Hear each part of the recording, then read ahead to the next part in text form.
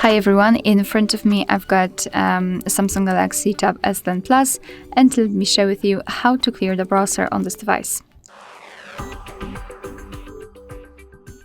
So first of all, let's open the browser. In my case it will be Google Chrome, but this operation is pretty similar in all other browsers which are commonly used, so you will be able to figure out how to do it in your browser.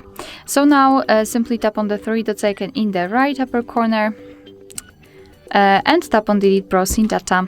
Here we've got basic options like visited websites, tabs, cookies, cache and other site data. We can change the time range and then tap on delete data. But if you want to remove some advanced browsing history, just tap on more options, and here we've got also saved passwords, autofill from data and site settings.